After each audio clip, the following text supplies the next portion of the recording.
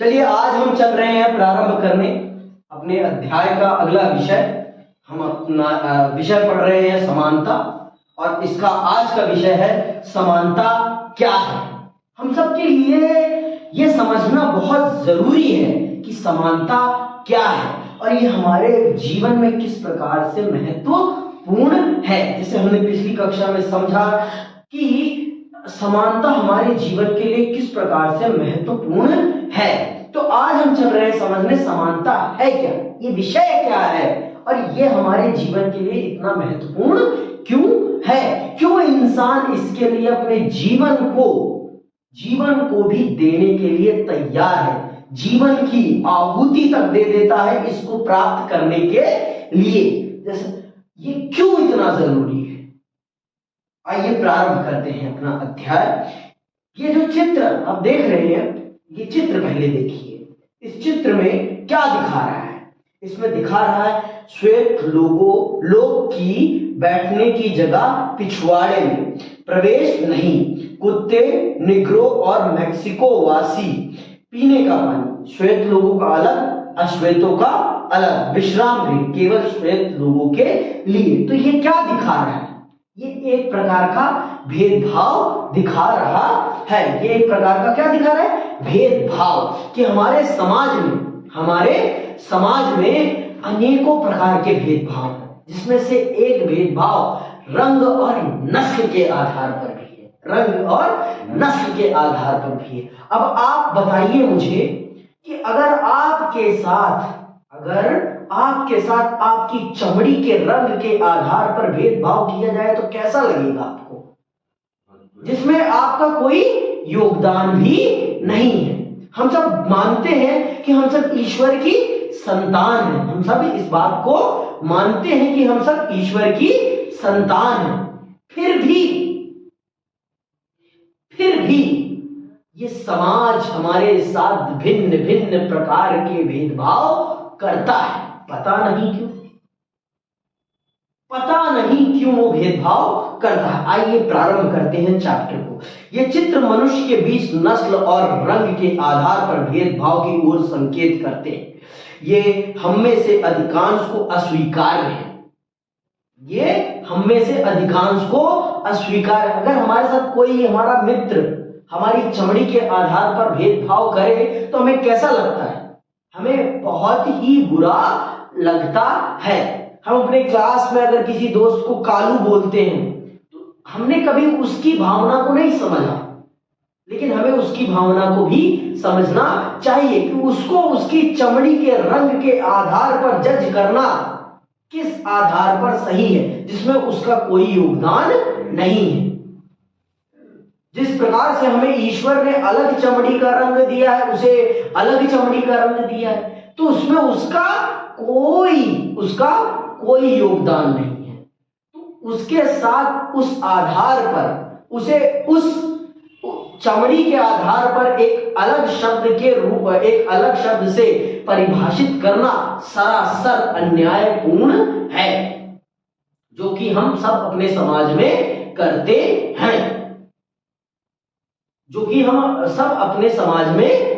हैं। आगे सुनो। ये हम में से अधिकांश को अस्वीकार है। वास्तव में इस तरह के भेदभाव समानता के हमारे आत्मबोध का उल्लंघन करता है। ये जो अगर इस प्रकार का हमारे साथ कोई भेदभाव होता है तो ये भेदभाव हमारे मन को ठेस पहुंचाता है। हमारा मन रूठ जाता है। हम नहीं चाहते कि हमारे साथ कोई इस प्रकार का भेदभाव करे। हमारी योग्यता के आधार पर आप हमारे साथ भेदभाव करें तो वो उतना खटकता नहीं है। अगर शिक्षा के आधार पर आप किसी के साथ भेदभाव कर रहे हैं तो वो एक बार के लिए स्वीकार्य है कि उसने अधिक पढ़ाई कर रखी है इसलिए उसे ऊंचा पद मिल रहा है या उसे ज्यादा इज्जत मिल रही है, वो स्वीकार्य होगा। परंतु रंग के आधार पर, लिंग के आधार पर समान स्तर के होने के बावजूद भी हमारे साथ भेदभाव हो रहा है तो वो कदापि स्वीकार्य नहीं होता है। वो कदापि उसे इंसान कभी भी स्वीकार नहीं कर पाता, उसे इंसान की आत्मा कभी भी स्वीकार नहीं कर पाती। समझ में आई बात? अगर हम में आपका मित्र और आप में समान योग्यता है, बस आपकी चमड़ी के रंग के आधार पर आपको आगे बढ़ाया जा रहा है, तो वो सरासर भेदभाव है। वो सरासर क्या है? भेदभाव है। आगे सुनो। समानता का हमारा आत्मबोध कहता है कि साझी मानवता के कारण सभी मनुष्य बराबर सम्मान और परवाह के हकदार हैं। जैसा कि मैंने पहले ही बोल दिया, जब हम सब मानते हैं कि हम सब एक ही ईश्वर की संतान हैं, जब हम सब मानते हैं इस बात को कि हम सब एक ही ईश्वर की संतान हैं, तो हमें ये कभी नहीं भूलना चाहिए कि हमें सबका सम्मान उसी रूप में करना चाहिए, क्योंकि हम सब क्या हैं? हम सब एक इंसान हैं। तो इंसान के रूप में सबको उतना ही सम्मान मिलना चाहिए और उतनी ही परवाह मिलनी चाहिए जितनी सबको मिलती है। रंग के आधार पर, लिंग के आधार पर सम्मान और परवाह में कोई अंतर नहीं होना चाहिए। वो सरासर गलत है। वो क्या है? सरासर गलत है। वो क्या है? सरासर गलत है। हालांकि लोगों से बराबर सम्मान का व्यवहार करने का मतलब जरूरी नहीं कि हमेशा एक जैसा व्यवहार करना भी हो। मतलब सम्मान का व्यवहार का मतलब ये नहीं है कि आप हमेशा एक जैसा ही व्यवहार करें। भाई अगर वो आपका मित्र है तो आप उसके साथ हंसी ठिठोली मजाक मस्ती कर सकते हैं, मजाक मस्ती आप कर सकते हैं, लेकिन ऐसा मजाक मत कीजिए जो उसे असमानता का अनुभव कराए, उसे असमानता का अनुभव कराए। अगर वो आर्थिक रूप से आपसे थोड़ा पिछड़ा हुआ है तो आप उसे आर्थिक टोंट मत मारिए, तेरी औकात नहीं है इस चीज को खरीदने की, तेरी औकात नहीं इस चीज को खरीदने की, तुझे हम पाल रहे हैं। इन शब्दों का प्रयोग करना किसी भी व्यक्ति की आत्मसम्मान को ठेस पहुंचाता है, किसी भी व्यक्ति के आत्मसम्मान को ठेस पहुंचाता है। वो इस बात को दर्शा देता है कि आप उसके साथ असमानता का व्यवहार कर रहे हैं। समझ में बात? आप उसके साथ असमानता का व्यवहार कर रहे हैं। तो इस प्रकार की चीजों को कदापि नहीं करना चाहिए।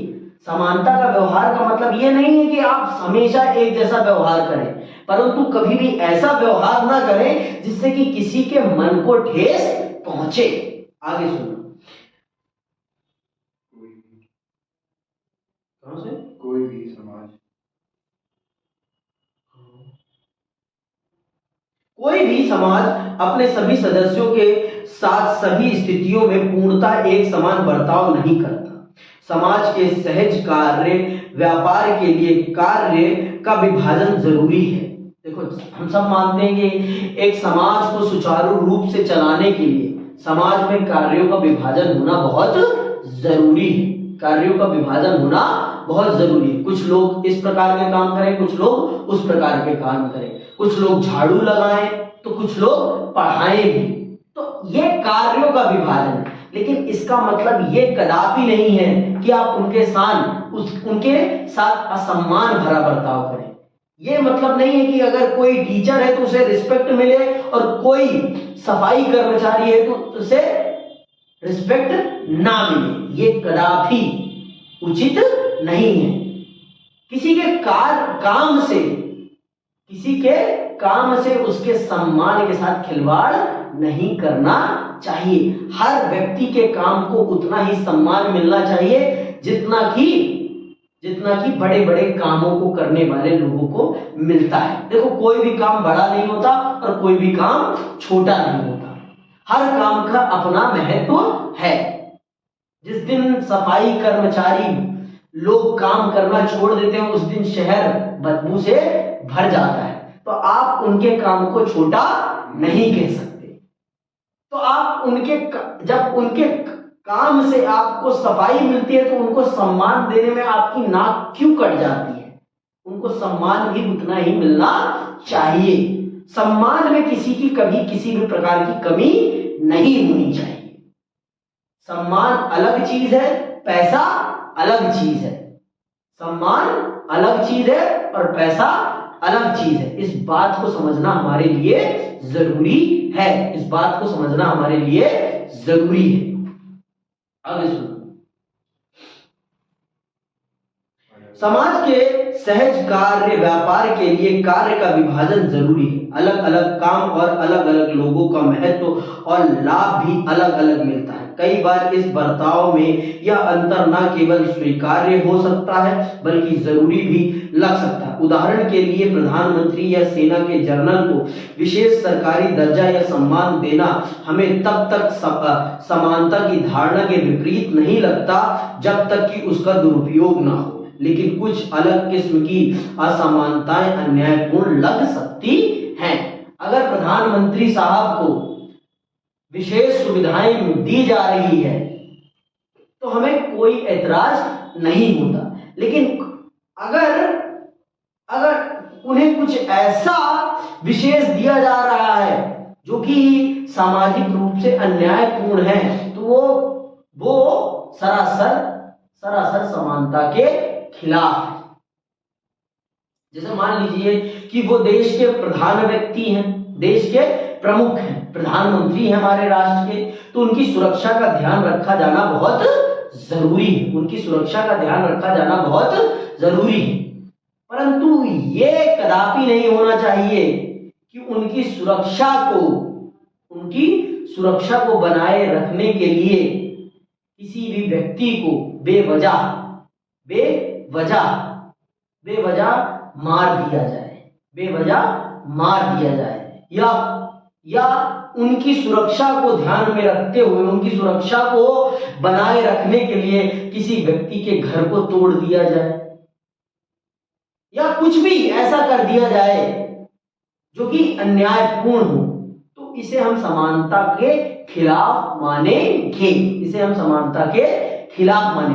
आप प्रधानमंत्री हैं तो इसका मतलब ये नहीं है कि आप किसी व्यक्ति के मर्यादा के साथ खेल सके, आप किसी के मर्यादा के साथ नहीं खेल सकते।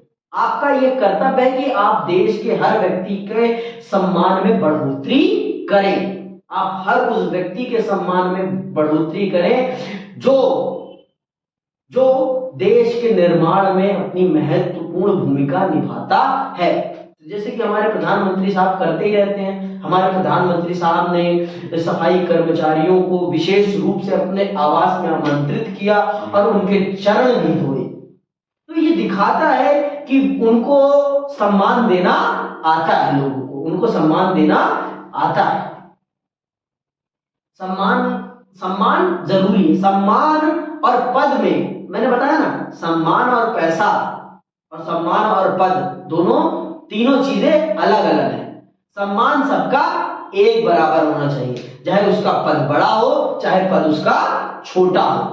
पद से सम्मान का कोई संबंध नहीं है, पद का सम्मान से कोई संबंध नहीं है। ये सरासर गलत हो जाता है कि कोई नेता आ जाता है तो कुछ लोगों को दरकिनार कर दिया जाता है। किसी को कभी दरकिनार मत कीजिए, किसी के सम्मान में किसी भी प्रकार की कोई कमी मत कीजिए। अगर आपके दरवाजे पर कोई आया है, चाहे वो भिखारी हो चाहे वो देश का प्रधानमंत्री ही क्यों ना हो, सम्मान सबको उतना ही मिलना चाहिए जितना कि प्रधानमंत्री को मिल रहा है, और जितना प्रधानमंत्री को मिल रहा है उतना ही एक गरीब व्यक्ति को भी मिलना चाहिए। समझ में बात? जितना आप प्रधानमंत्री को सम्मान दे रहे हैं उतना ही आप अपने घर के आसपास की सफाई करने वाले व्यक्ति को भी दे दीजिए। पर ये हकीकत नहीं है, हमारा समाज ऐसा करता नहीं है। यही तो अन्याय है, सबसे बड़ा यही अन्याय है, यही अन्याय है। आगे सुनो। अब सवाल यह उठता है कि कौन सी विशिष्टताएं और विभेद स्वीकार किए जाने लायक हैं और कौन सी नहीं। अब हमें यह समझना बहुत जरूरी है कि किस प्रकार के विशेषाधिकारों को हम स्वीकार करेंगे और किस प्रकार के विशेषाधिकारों को हम समानता के खिलाफ मानेंगे। तो आइए समझते हैं इस विषय को। कई बार लोगों से अलग तरह का बर्ताव इसलिए किया जाता है कि उनका जन्म किसी खास धर्म, नस्ल, जाति या लिंग में हुआ है।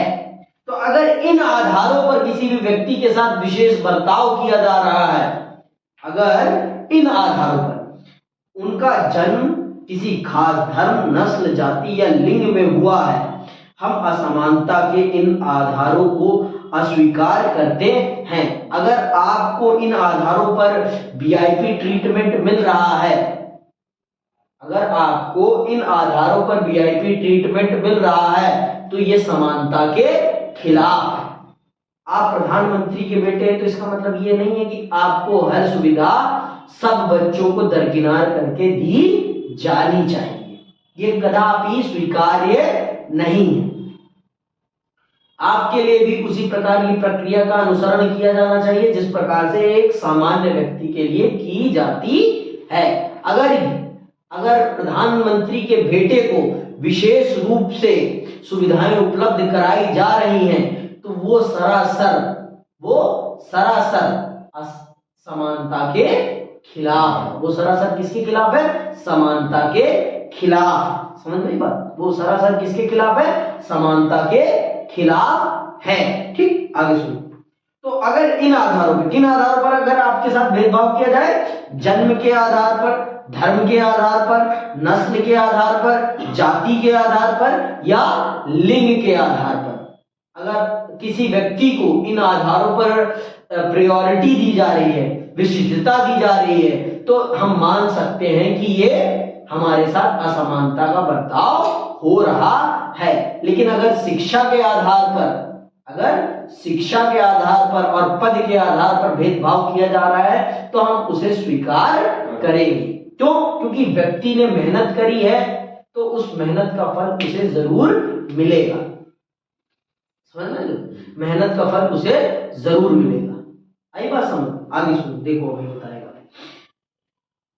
लेकिन लोगों की आकांक्षाएं और लक्ष्य अलग अलग हो सकते हैं, और हो सकता है कि सभी को समान सफलता न मिले। अगर वे अपने अंदर छुपी संभावनाओं को विकसित करने में सक्षम है, तो ऐसा महसूस नहीं होगा कि समानता खतरे में। कुछ लोग अच्छे संगीतकार हो सकते हैं, जबकि कुछ नहीं। कुछ प्रसिद्ध वैज्ञानिक बन सकते हैं, जबकि कुछ और अपने कड़े परिश्रम या चेतना के लिए विख्यात हो सकते हैं। समानता के आदर्श से जुड़े होने का यह मतलब नहीं है कि सभी तरह के अंतरों का उन्मूलन हो जाए। इसका मतलब केवल यह है कि हमसे जो व्यवहार किया जाता है और हमें जो भी अवसर प्राप्त होते हैं, वे जन्म या सामाजिक परिस्थितियों से निर्धारित नहीं होने चाहिए। समझ में आई बात? हमें जन्म के आधार पर, धर्म के आधार पर, लिंग के आधार पर हमारे साथ भेदभाव नहीं होने चाहिए।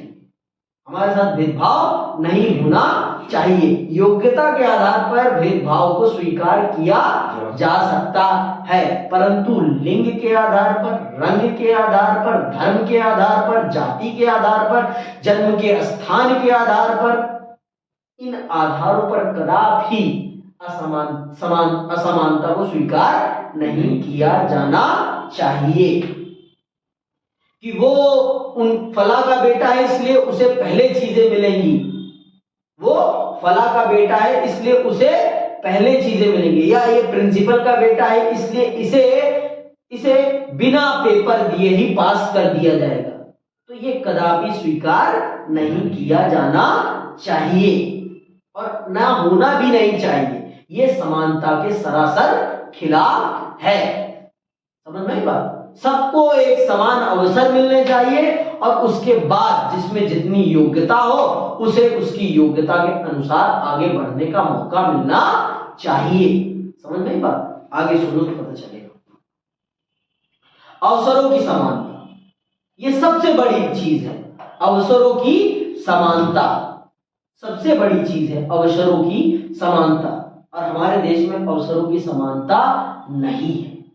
कहने के लिए संविधान अवसरों की समानता देता है, परंतु वास्तविक आधार पर अवसरों की समानता नहीं है। जितने अवसर आपके पास हैं, क्या उतने ही अवसर एक गांव में रहने वाले बच्चे के पास हैं?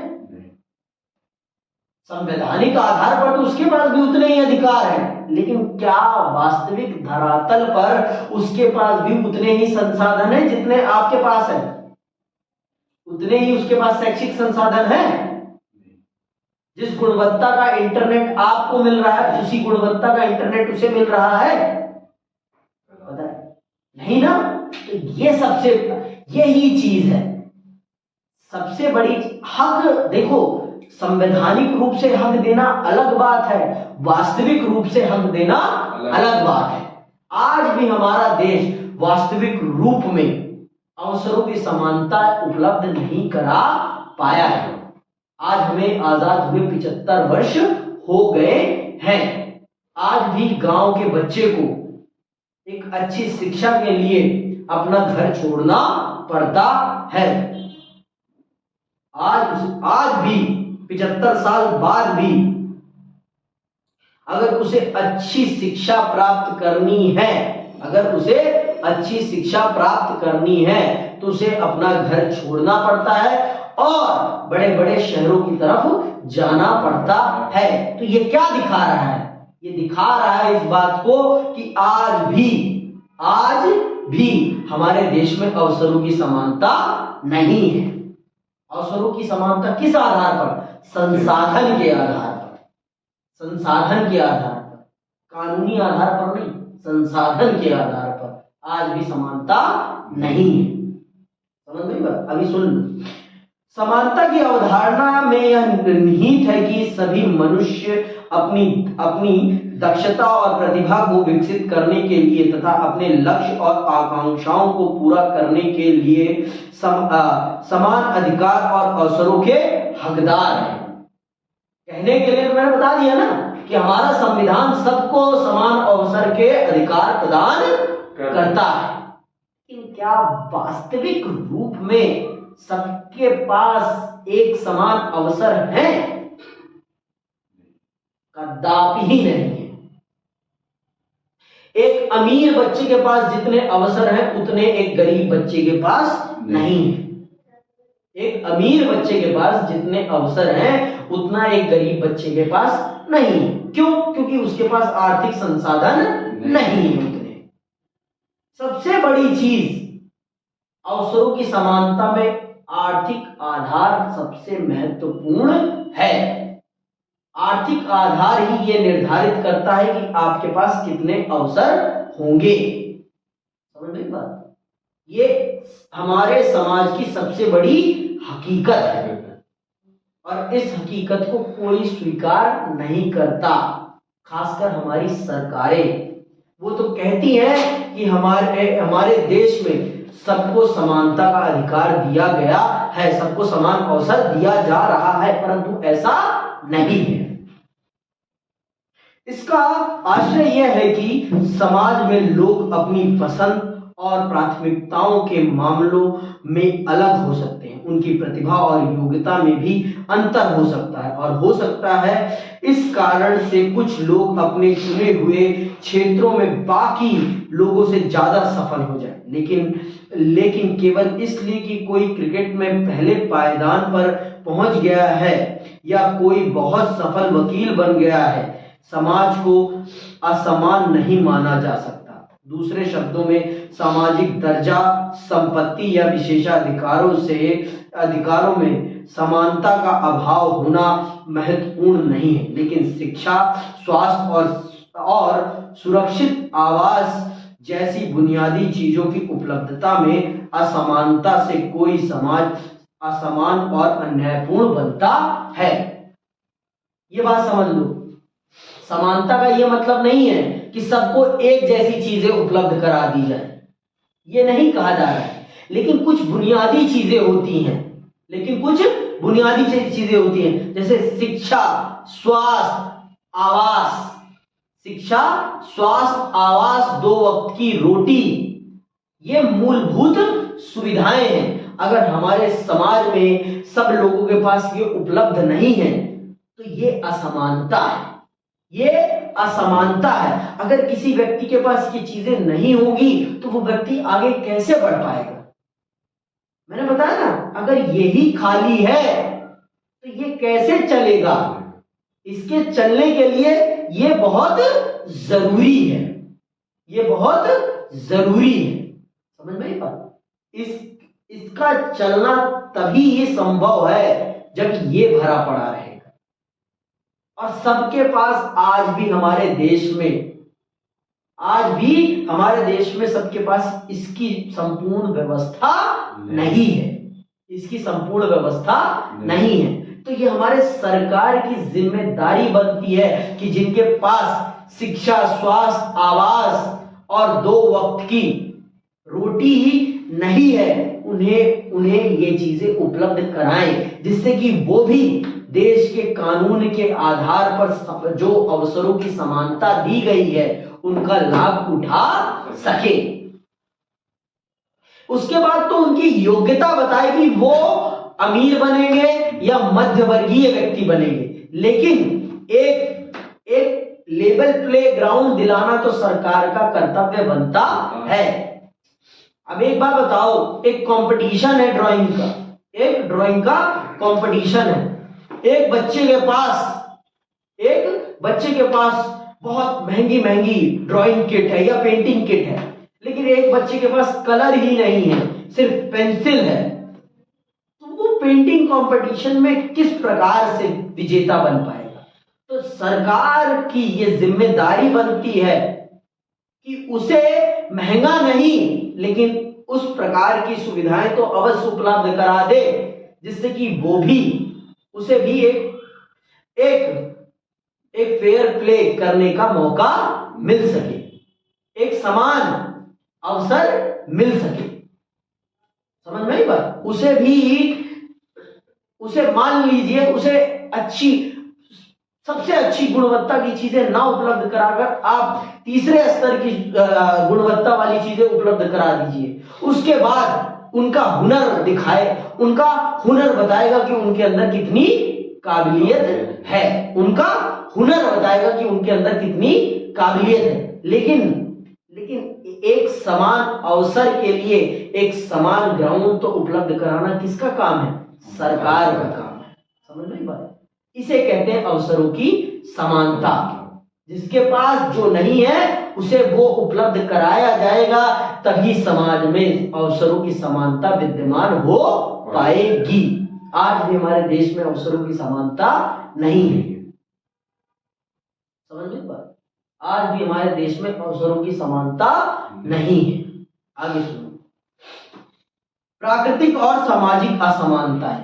प्राकृतिक और सामाजिक असमानताएं कुछ होती हैं जो प्राकृतिक होती हैं और कुछ होती हैं समाज के द्वारा बनाई गई असमानताएं। तो इस चीज को भी हम समझ लेते हैं कि कौन सी प्राकृतिक असमानता है और कौन सी सामाजिक असमानताएं हैं। तो आइए समझते हैं। राजनीतिक सिद्धांत में प्राकृतिक असमानताओं और समाज जनित असमानताओं में अंतर किया जाता है। प्राकृतिक असमानताएं लोगों में उनकी विभिन्न क्षमताओं, प्रतिभा और उनके अलग अलग चयन के कारण पैदा होती है। समाज जनित असमानताएं वो होती हैं जो समाज में अवसरों की असमानता होने या किसी समूह का दूसरे के द्वारा शोषण किए जाने से पैदा होती है। जो इंसान के द्वारा बनाई जाए वो समाज जनित असमानता है, और जो भगवान के द्वारा बनाई जाए वो प्राकृतिक असमानता है। समझ में बात? तो सबसे पहले हम समझ लेते हैं प्राकृतिक असमानता क्या होती है। प्राकृतिक असमानता लोगों की जन्मजात विशिष्टताओं और योग्यताओं का परिणाम मानी जाती है। अब भगवान ने किसी को सुरीला गला दिया है तो वो प्राकृतिक, और किसी को अच्छा गला नहीं, मतलब सुरीला गला नहीं दिया, तो ये क्या है? ये प्राकृतिक असमानता है। इसमें इंसान का कोई योगदान नहीं है, इसमें इंसान का कोई योगदान नहीं है।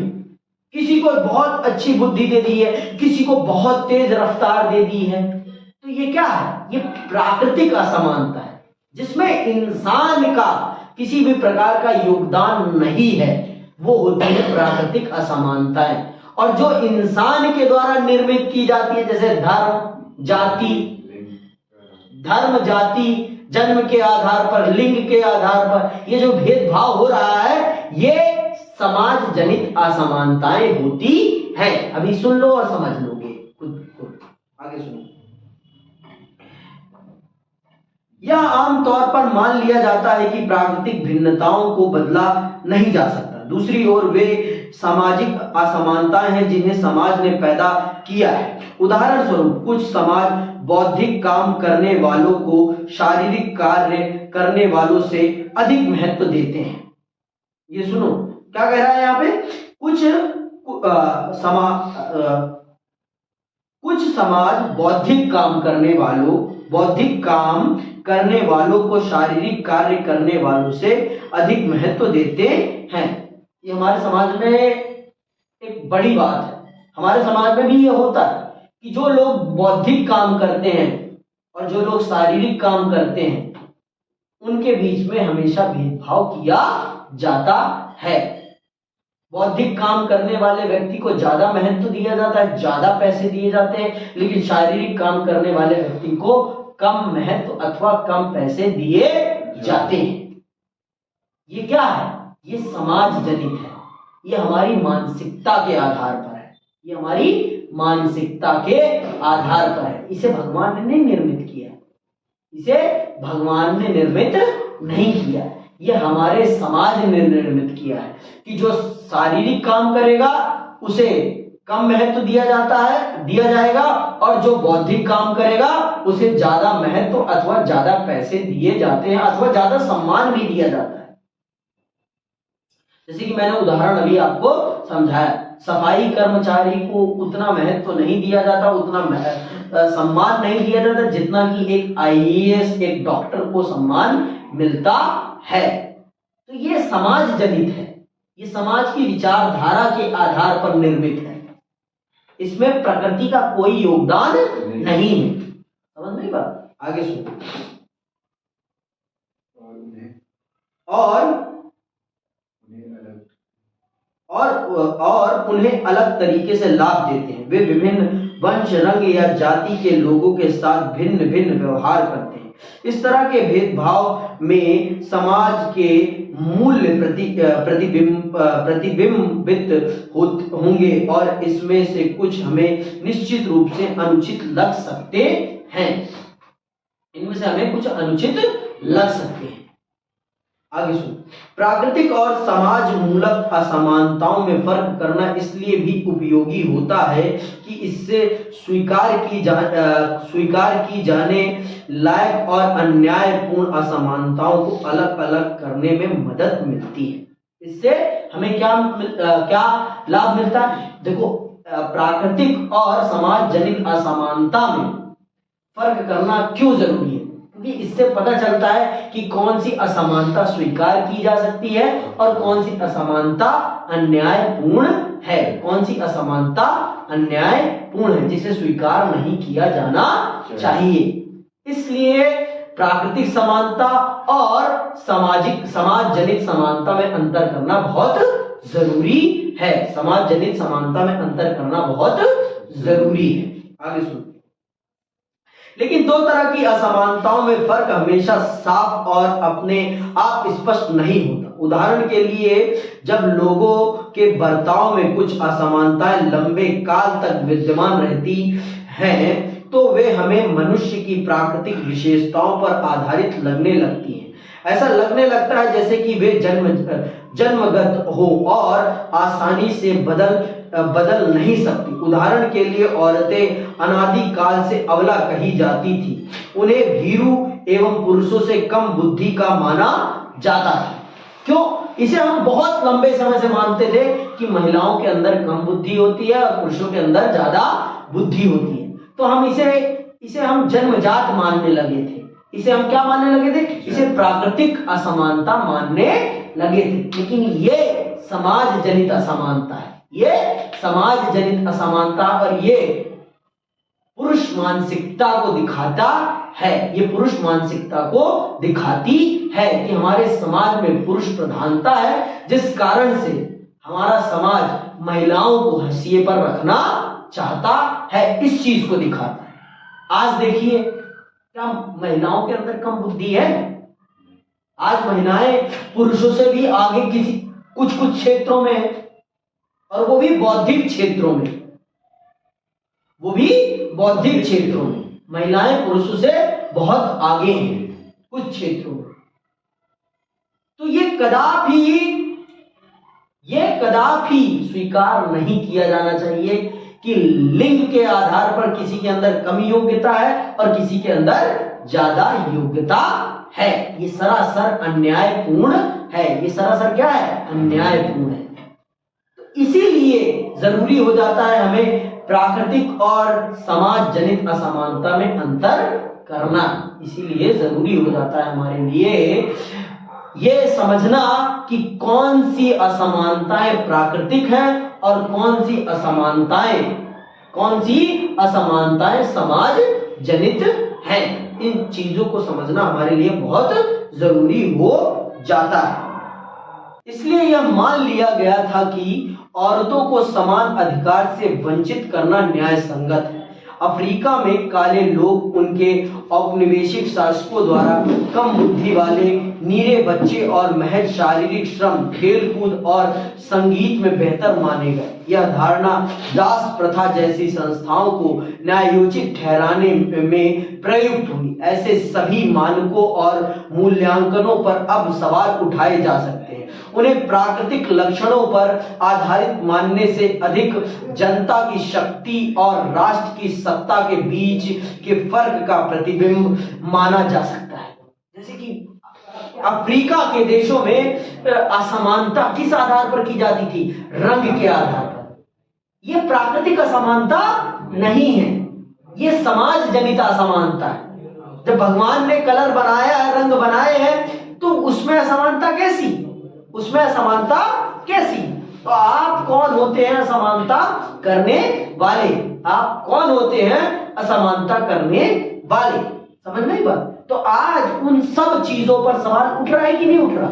अगर कोई आज के समय पे आपके साथ रंग के आधार पर भेदभाव कर रहा है, तो आप उस पर सवाल उठा रहे हैं कि नहीं उठा रहे? आप आज जान गए हैं कि ये जो असमानता है, ये प्राकृतिक असमानता नहीं है, ये प्राकृतिक असमानता नहीं है, ये समाज जनित असमानता है। और इस पर सवाल करना बहुत जरूरी है और इस पर रोक लगाना बहुत जरूरी है। प्राकृतिक विशेषता की धारणा से एक और समस्या उत्पन्न होती है, वह यह कि प्राकृतिक मानी गई कुछ भिन्नताएं अब अपरिवर्तनीय नहीं रही। उदाहरण स्वरूप चिकित्सा, विज्ञान और तकनीकी प्रगति से विकलांग व्यक्तियों का समाज में प्रभावी ढंग से काम करना संभव बना दिया है। आज कंप्यूटर नेत्रहीन व्यक्ति की मदद कर सकते हैं। पहियादार कुर्सी और कृत्रिम पांव शारीरिक अक्षमता के निराकरण में सहायक हो सकते हैं। यहाँ तक कि कॉस्मेटिक सर्जरी से किसी व्यक्ति की शक्ल सूरत भी बदली जा सकती है। प्रसिद्ध भौतिकविद स्टीफन हॉकिंस शायद ही चल या बोल सकते हैं, पर उन्होंने विज्ञान में बड़ा योगदान किया है। आज अगर विकलांग लोगों को उनकी विकलांगता से उबरने के लिए जरूरी मदद और उनके कामों के लिए उचित पारिश्रमिक देने से इस आधार पर इनकार कर दिया जाए कि प्राकृतिक रूप से वे कम सक्षम हैं, तो यह अधिकतर लोगों को अन्यायपूर्ण लगेगा। समझ में? आज जो कुछ समय तक लगती थी कि प्राकृतिक असमानताएं हैं, लेकिन आज वो तकनीक के माध्यम से उनको भी मात दिया जा सकता है। आज हम नकली पांव लगा सकते हैं। आज हमारे पास जिनके पास नेत्र नहीं है उनके लिए भी एक भाषा निर्मित हो गई है, वो भी आज पढ़ लिख सकते हैं। आज मेरे कॉलेज में ऐसे बच्चे हैं जो हमसे भी अच्छे हैं पढ़ने में। मैं इस बात को स्वीकार करता हूं, वो हमसे भी अच्छे हैं पढ़ने में। उनके अंदर हमसे भी अधिक योग्यता है। आपको जैसे उदाहरण दिया गया स्टीफन हॉकिंस, जो न चल सकते थे, न फिर सकते थे, न बोल सकते थे, लेकिन तकनीक ने उनके विज्ञान का, उनके ज्ञान का संपूर्ण रूप से हमें प्रदान किया। आज तकनीक आज इतनी ज्यादा हमारे समाज को आगे बढ़ाने में मदद कर रही है जिसकी हम कल्पना भी नहीं कर सकते। आज आप सब जानते हो पैरा ओलंपिक भी होता है, पैरा ओलंपिक भी होता है, जो लोग शारीरिक रूप से असक्षम हैं, उनका भी एक विशेष खेल होता है और वो लोग भी सामान्य लोगों की भांति ही एक उत्तीर्ण प्रदर्शन करके दिखाते हैं। तो आज विकलांगता या नेत्रहीनता कोई बड़ी प्राकृतिक असमानताएं नहीं है। अगर आज कोई इन आधार पर किसी भी व्यक्ति को उसकी पारिश्रमिक दे, उसे समान व्यक्ति के समान पारिश्रमिक देने से मना करता है तो ये सरासर अन्यायपूर्ण है। ये सरासर क्या है? अन्यायपूर्ण है। क्यों? क्योंकि आज ये जो शारीरिक अक्षमताएं हैं, आज वो प्राकृतिक असमानताओं में नहीं आती हैं। आज वो प्राकृतिक असमानताओं में नहीं आती हैं। समझ में आई बात? आगे सुनो। इन सब जटिलताओं के कारण प्राकृतिक और सामाजिक असमानताओं के बीच के फर्क को किसी समाज के कानून और नीतियों का निर्धारण करने में मापदंड के तौर पर उपयोग करना कठिन होता है। इसी कारण से बहुत से सिद्धांतकार अपने चयन से पैदा हुई असमानता और व्यक्ति के विशेष परिवार या परिस्थितियों में जन्म लेने से पैदा हुई असमानता में फर्क करते हैं। यह दूसरी तरह की असमानता ही समानता के पक्षधर लोगों के सरोकार का स्रोत है। वे चाहते हैं कि परिवेश में जन्मी असमानताओं को न्यूनतम और समाप्त किया जाए। कौन सी असमानता अस्वीकार्य है? जन्म के आधार पर, कि मैंने किसी विशेष परिवार में जन्म लिया है तो मेरे साथ विशेष बर्ताव हो रहा है, तो ये समाज के उन लोगों के साथ अन्याय है जो लोग समान परिवारों में पैदा हुए। किसी को किसी के जन्म के स्थान के आधार पर, लिंग के आधार, जाति के आधार पर, धर्म के आधार पर अगर किसी के साथ भेदभाव हो रहा है तो ये सरासर अन्यायपूर्ण है। और भारत में यही होता आया था, जिसका कारण है रिजर्वेशन। क्योंकि आपने कम से कम 1500-2000 सालों तक किसी का शोषण किया है। 2000 सालों तक किसी का शोषण किया है, वो भी जाति के आधार पर। उन्हें असमान माना है, उनको बौद्धिक रूप से कम माना है।